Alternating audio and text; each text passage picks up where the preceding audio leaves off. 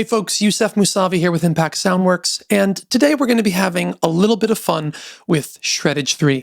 Specifically, we're going to be seeing how accurately and realistically it can reproduce a solo I recorded on the guitar. So let's jump right in. The solo we're going to be looking at today is from Tournament Arc's most recent release, a cover of the song Last Surprise from the Persona 5 soundtrack. It features Casey Lee Williams of Ruby fame and was arranged by David Gibson McLean. Let's take a listen.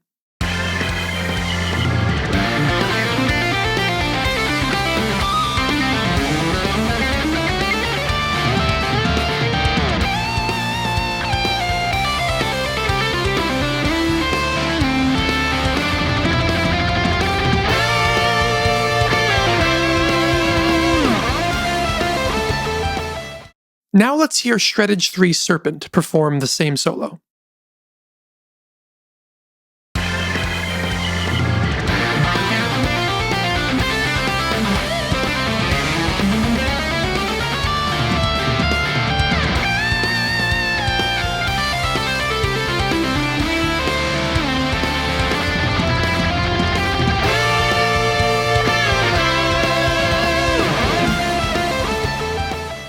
Wow, very impressed with the performance and overall musicality of this virtual instrument.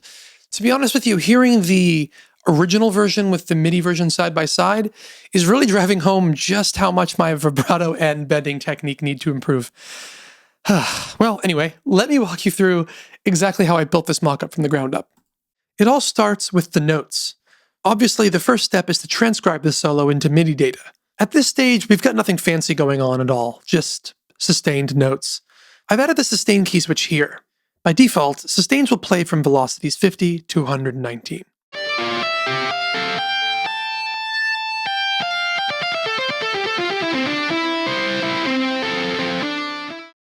Great, so the next thing we need to do is breathe some life into this performance, especially if we want it to sound anything like the original. So the next thing we're going to do is add the correct timing. Now, humanizing your Midi data is absolutely crucial in order to get real-life performances, assuming that's what you're going for.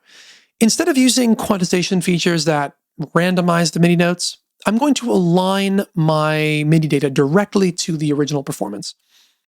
I humanized my Midi notes by locking the playhead to the transient of each note from the original solo, and then snapping the Midi note to the playhead's location using the magnetic cursor function in Cubase.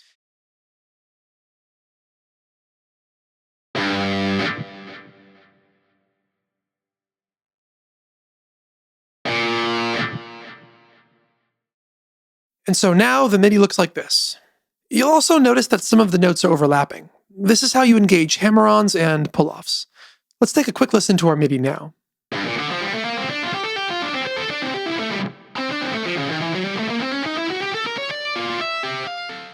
That instantly sounds better. Next, let's talk about mutes. When guitarists play, they'll often intentionally or unintentionally mute the strings as they pick them.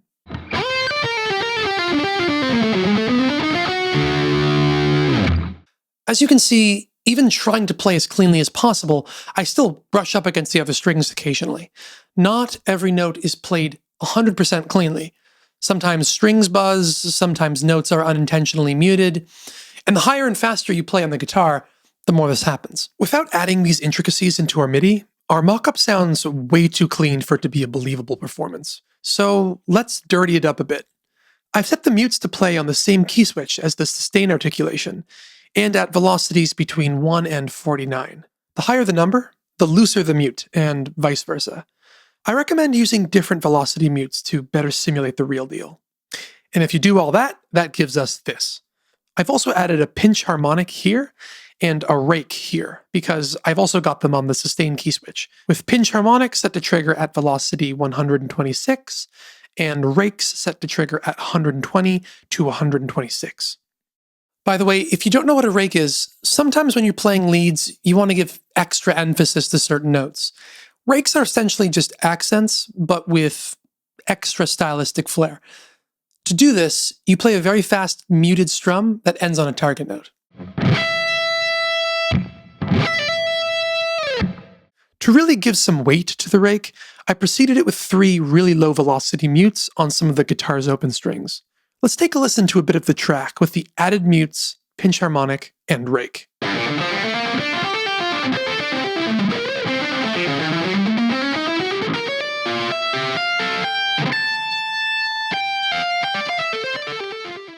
Okay, now let's quickly add tapping and tremolo using key switches.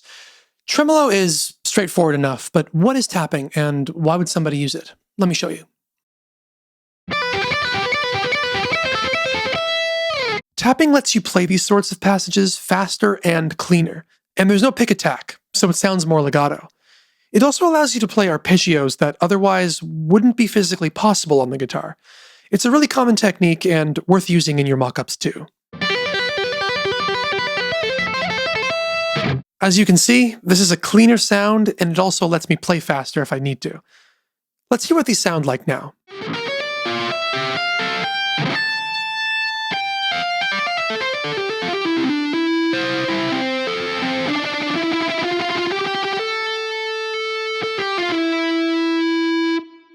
No solo would be complete without the classic guitar bend. This is an essential technique for lead guitar playing, and with very few exceptions, guitarists are always using pitch bends to add extra expression to their solos.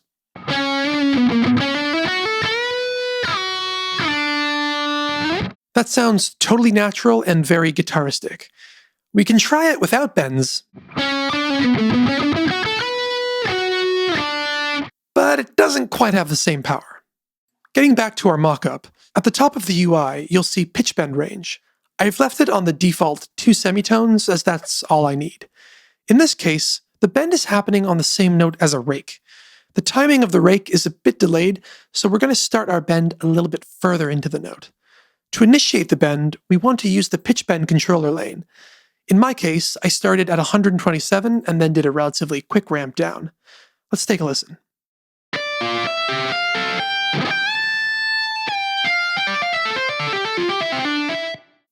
Next, let's add in some legato slides.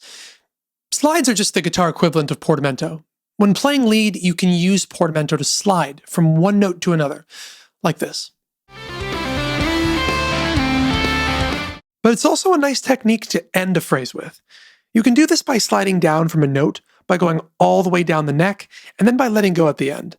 This is another technique guitarists do all the time. And you should totally use it in your own mockups. Adding them in with Shreddage 3 is super easy. Firstly, overlap the 2 notes where you want the slide to happen, just like adding in a hammer-on. I've got the legato slide articulation set to its own key switch, so all I need to do now is add the key switch to the overlapped note. There's also a few times where I'm using slides like you would a glissando. The steps are exactly the same, however you want the note you're sliding towards to be something like an octave away from the starting note. I like to cut the second note a little short so that the slide ends before it reaches the target note. For added realism, I created an automation lane which controls the slide speed. You can find this knob under the Articulations tab. Let's take a short listen.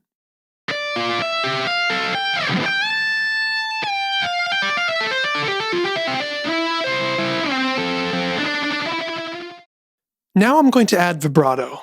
Guitar solos like these are prime candidates for the expression that vibrato can add. I used the controller lane for the mod wheel and adjusted the vibrato to taste. In emulated vibrato mode, the amount of vibrato scales with the mod wheel value. I like to ease in and out of the vibrato a bit, just so that it's as natural as possible. If you navigate to the Articulations tab, you see a vibrato section. Here you can adjust the vibrato speed as well as its depth, so long as you change the mode to emulated.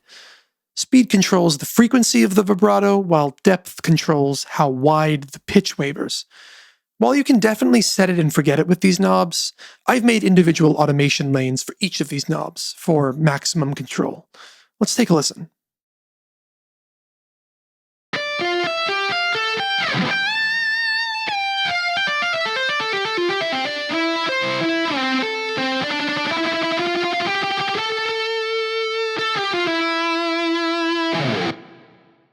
Next, let's add bite and pick attack, which are both on the main tab.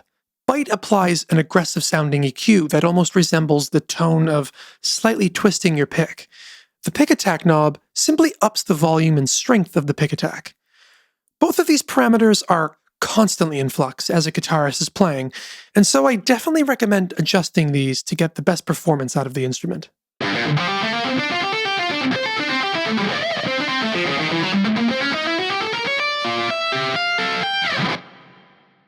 Now, before I get to showing you the amp sim I'm using, there's a few less tricks Shreddage has up its sleeves.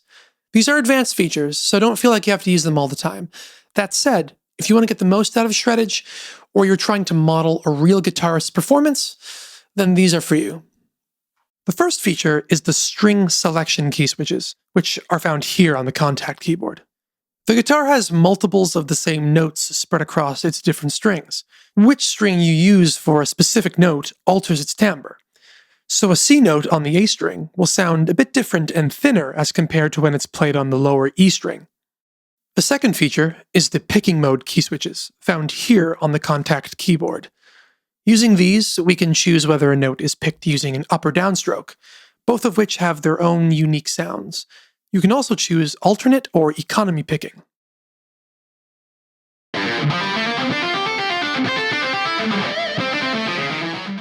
By using the string selection and picking mode key switches, I've got Shreddage playing back my solo exactly as I play it. That's some serious timbral control. Lastly, I recommend using mono lead mode, which can be found here under the Performance tab. While you might need to make an automation lane to turn it on and off, the tightness and overall performance boost it provides solos is well worth it. Lastly, let's talk about the only thing guitarists ever talk about, tone. The tone snapshots included with Shreddage are a great jumping off point, since console has plenty of effects to choose from. But keep in mind, we are limited by the DSP and algorithms contained within Contact, so having some awesome third-party amp sims will do you good. This amp sim is Archetype Nolly by Neural DSP, which is just fantastic. I'm using one of Nolly's custom presets called Articulate Lead. This patch uses one of his personally modded British amps. As Shreddage Serpent is a hair on the darker side, I added a bit more treble to the preset, just so that the solo would cut through the mix. I also turned up the depth knob, which boosts the lower mid-range and bass frequencies. At the end of the chain, we find the delay and reverb pedal. The idea for the song is to give the guitar some ambience so that it sits well in the mix, but not so much that it weighs down the solo. After that, I just added a bit of low cut using FabFilter. Were this a final mix, which it's not, the low cut would inevitably get a bit stronger, just to prevent any unnecessary low-end buildup among all the multi-tracked guitars. So, wrapping up, how did Shreddage 3 perform against my real guitar solo? All in all, it far surpassed my expectations. The musicality, the level of control over even small details, the wide selection of guitars and the long list of articulations makes this a very powerful tool for the guitarists and producers' arsenal. If you're interested in learning more about Shreddage 3, we've got other great videos here on YouTube. For everything else Impact Soundworks, head over to impactsoundworks.com. Once again, my name is Yousef, and I'll catch you next time. See ya.